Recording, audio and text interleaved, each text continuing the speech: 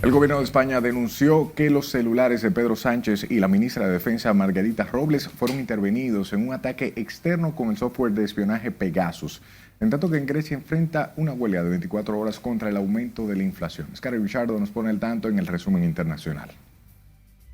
Los celulares del presidente del gobierno de España, Pedro Sánchez, y de la ministra de Defensa, Margarita Robles, fueron infectados con el software espía israelí Pegasus, según informes técnicos del Centro Criptológico Nacional.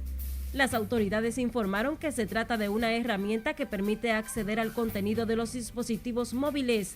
Félix Bolaños, ministro de la Presidencia, Relaciones con las Cortes y Memoria Democrática de España, informó que presentaron una denuncia ante el juez de guardia de la Audiencia Nacional para que se abra una investigación sobre el caso.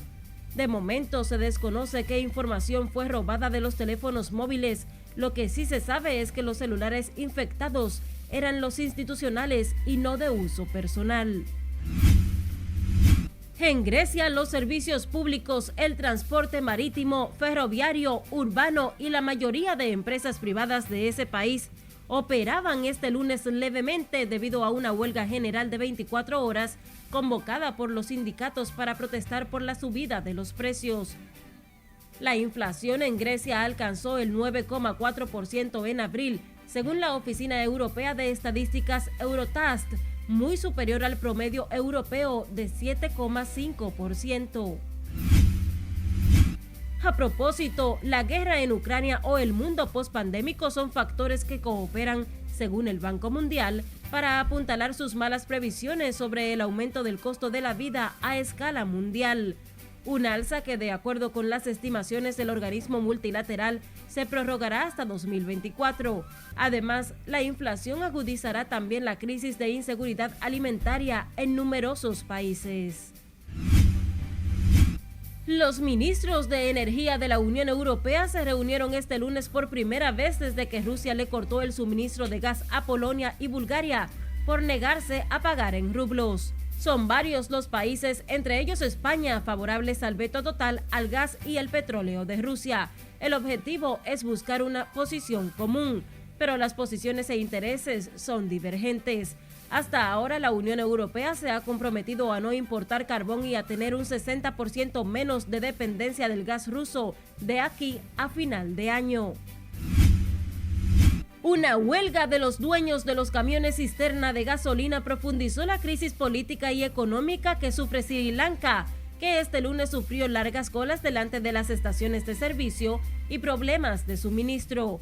Los camioneros exigen un aumento de sus pagos de 115%, según el ministro de Energía, lo que supera la oferta de un alza de 95% formulada por la empresa petrolera estatal. Tras 2 años de pausas por la pandemia, se reanudó este fin de semana la caravana de madres centroamericanas que buscan a sus hijos migrantes desaparecidos en México en su periplo hacia Estados Unidos. Bajo el lema Nunca nos hemos ido, varias decenas de mujeres ingresaron al territorio mexicano por la frontera sur, que separa al país de Guatemala. Durante varios días, la caravana recorrerá diferentes estados y hará su parada final en la capital, en Ciudad de México.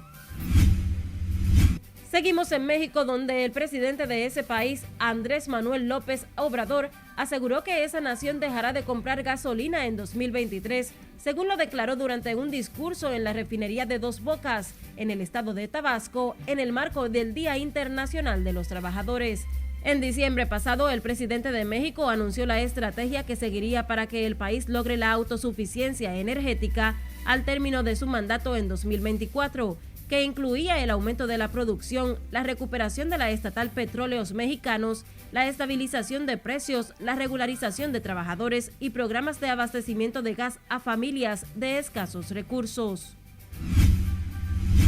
Nos vamos a China, donde mientras buena parte del mundo se relaja frente a los efectos del coronavirus, ese país se angustia cada vez más ante el avance del peor brote desde que comenzó la pandemia. Un hospital temporal con 4.000 camas reabrió sus puertas en la capital de Pekín para atender los casos COVID. Paul Holes, el criminalista que dedicó gran parte de su carrera a buscar a Joseph James DeAngelo, el asesino del Golden State, a quien eventualmente logró atrapar, asegura que en Estados Unidos hay alrededor de 2.000 asesinos en serie sueltos, acechando en las sombras y a la caza de nuevas víctimas. Según el criminalista, los asesinos en serie suelen perseguir a los marginados, en particular a las prostitutas, los drogadictos y las personas sin hogar, ya que éstas tienden a perder el contacto con familiares y amigos y por lo tanto llaman menos la atención si desaparecen por largos periodos de tiempo. Y como cada año, este 2 de mayo se celebra el Día Internacional contra el Bullying, con el objetivo de concienciar sobre el riesgo del acoso escolar en los niños y jóvenes a nivel mundial, así como buscar los mecanismos para evitar este mal que se ha convertido en un peligro para la población infantil y juvenil.